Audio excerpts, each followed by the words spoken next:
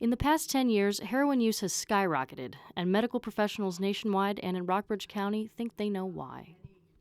It's estimated that about 80% of current heroin users started by using prescription opioid medications. Dr. Jane Horton is the director of student health at Washington and Lee.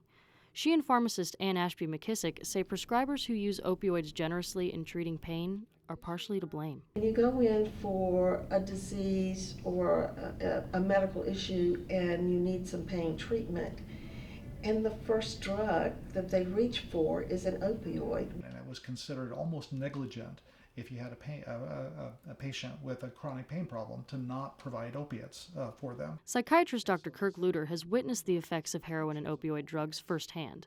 He says his experience in prescribing medication for recovering addicts has taught him that the dangers of opiates are greater than any other drug. The process of becoming physically dependent on it happens much more quickly with opiates, far more quickly than it does with any other class of substances. So literally, you can show withdrawal effects with people that have been on opiates for as little as 3 days. Looter says the uniquely intense physical withdrawals that come with opioid drugs make relapse much more likely. Horton says that can be the most dangerous part. And the reason that the risk of overdose is so high during relapse is after a period of abstinence, the tolerance is markedly reduced. It's just a really long, slow process for the brain to relearn what it's like to live without these drugs on board. So it's that kind of 1-2 punch of very quick addiction and very high overdose potential that has made opiates just, really scary.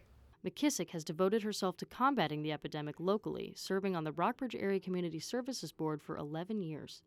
She says one of the most effective ways to combat the trend is to stop the freedom to prescribe opioid medicines.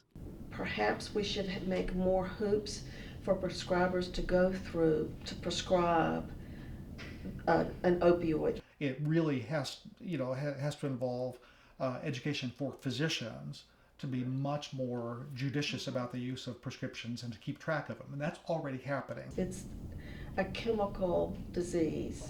It's not an emotional disease. Kaylee Wells, Anna Akins, and Lindsay Cates reporting.